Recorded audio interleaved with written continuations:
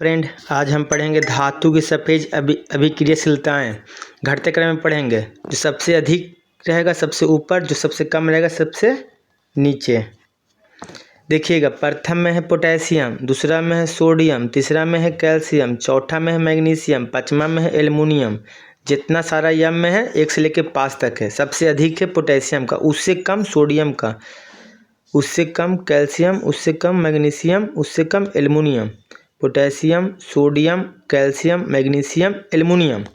फिर आइएगा ये 3 गो। फिर जस्ता है, लोहा है, सीसा है। 2-3 बार बोलिए इसको साथ साथ, जस्ता, लोहा, सीसा। जस्ता है, लोहा है, सीसा है। फिर से एक बार, प्रथम में पोटेशियम, फिर है सोडियम, फिर कैल्शियम, फिर मैग्नीशियम, फिर एल्युमिनियम। जितना यम है 1 से 5 तक। फिर जस्ता है, लोहा है, सीसा है। फिर आइएगा, फिर हाइड्रोजन है, तांबा है, पारा है, चांदी है, सोना है। सबसे कम सोना का है और सबसे अधिक पोटेशियम का है। फिर से एक बार देख लेते हैं। प्रथम में है पोटेशियम, दूसरा में है सोडियम, तीसरा में है कैल्शियम, चौथा में है मैग्नीशियम, पाँचवा में है एल्युमिनियम। 1 से लेकर 5 तक है यम वाला। फिर है जस्ता, लोहा, सीसा। जस्ता, लोहा, सीसा। फिर है 9 नंबर में हाइड्रोजन, 10 में तांबा, पारा, चांदी, फिर सोना।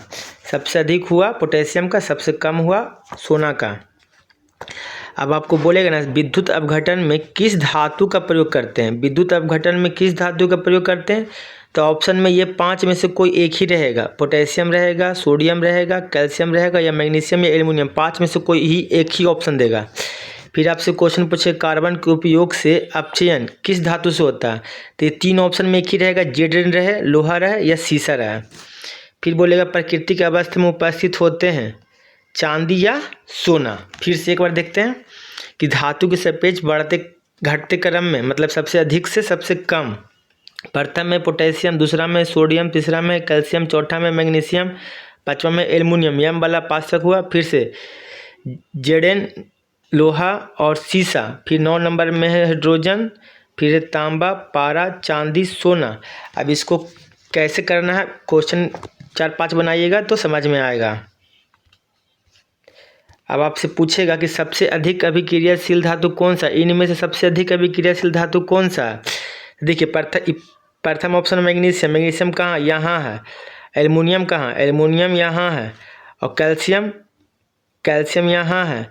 और जेडेन कहाँ है? जेडेन यहाँ है। तो सबसे अधिक कौन हुआ? कैल्शियम। तो कैल्शियम पे टिक आउट कर देंगे। फिर सबसे अधिक अभिक्रियाशील धातु कौन है? तो ऑप्शन के मुताबिक है। तो कॉपर कहाँ है? कॉपर यहाँ है, Hg यहाँ है, Ag यहाँ है, और Fe यहाँ है। तो Fe आंसर हो जाएगा, ये आंसर हो जाएगा। सबसे कम अभिक्रियाशील धातु कौन सा? सबसे कम बोल रहा है, तो सबसे नीचे वाला होगा आंसर।